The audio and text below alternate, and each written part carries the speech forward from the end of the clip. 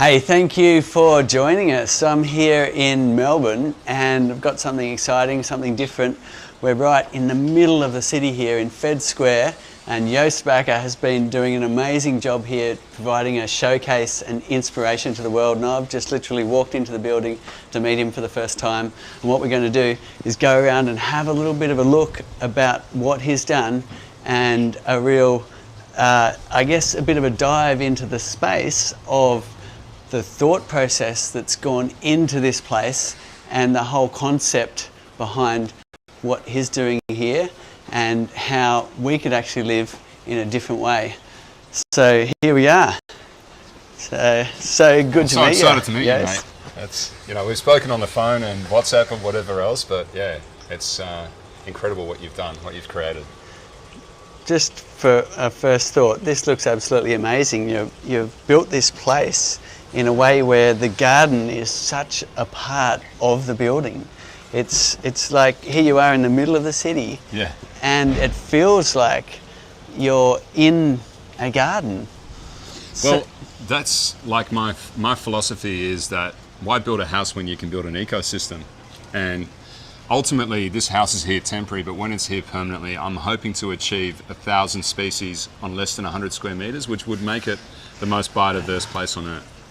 No way. So we've got over 200 here, but it could, there's lots of things like grapes and more permanent plants that we couldn't plant here. So every single surface that's not window will ultimately be vertical garden and overgrown. And so just the building is reverse engineered. So it's actually, the foundation is actually not below the building. The foundation is on top of the building. It's the soil. So my engineer actually specifies exactly how much soil. So all my buildings are soil covered. And so on this building is 34 tons of soil, and the soil was completely made from waste. Wow, so you got all this compost filling all of these tubs here. Yeah. And is the purpose of that partly to do hold down, to actually glue this structure and provide weight? Well, because so many people say, we can't afford to put a rooftop garden on. Well, why don't we take money out of what people put into the foundation? Because what's the foundation for, right? It's to stop the building from blowing away, especially in Australia. In a place like Holland, you couldn't do this because the building would sink. But in a place like Australia where you've got solid ground, we don't need to be investing all that money in the ground. This is just sitting on some timber blocks.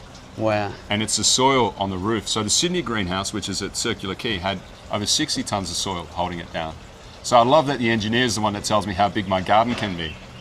So, I mean, if you look at this, like this soil we made from waste, like, you can see the worms and the look at the, you can see there's so much biology, so there's so much life.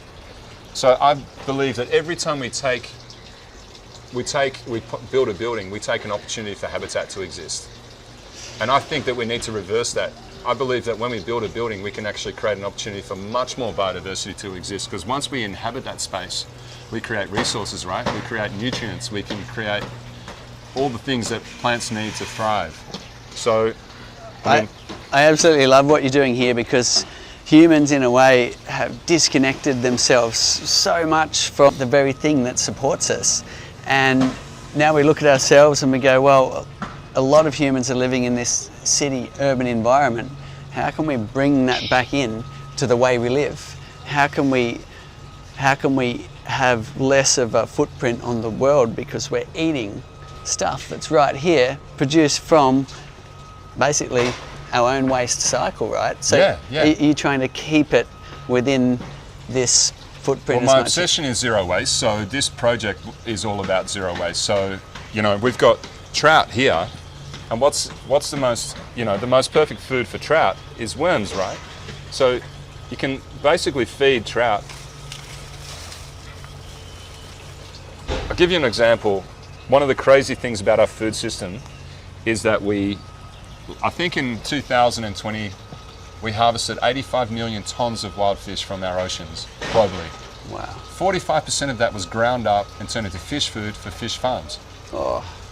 Yet, at the same time, we were burying organic waste which could be fed to worms. And the most perfect food that you can have for fish, have a look at this. They'll jump out of the water.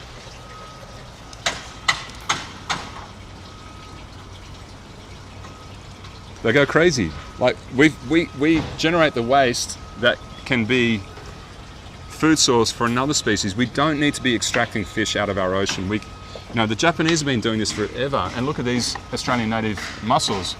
We don't harvest these. These are here purely because they're water filtration system. So each mussel will harvest 200 litres, will filter 200 litres of water. So we could be cleaning up our rivers if we went back to the systems that existed before we managed to stuff them all up by trying to clear them out, So we need to create an ecosystem that thrives. And if you look at this is one of the world's most nutrient-dense plants. It's a Lebanese cress, related to watercress. It's lush and green and delicious because of the fish.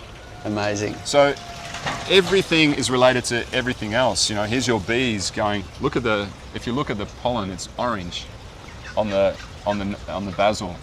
It's because of the nectar that's coming out of the.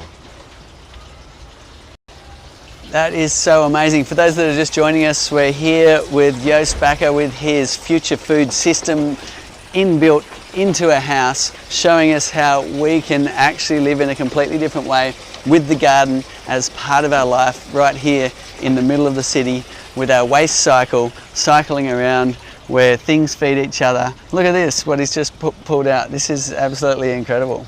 If you've got questions for myself or Joost, then put it in the comments below. We're not doing the usual Q&A about flow hives today. We're doing one more about what we're doing today, which is the future food system, the sustainability,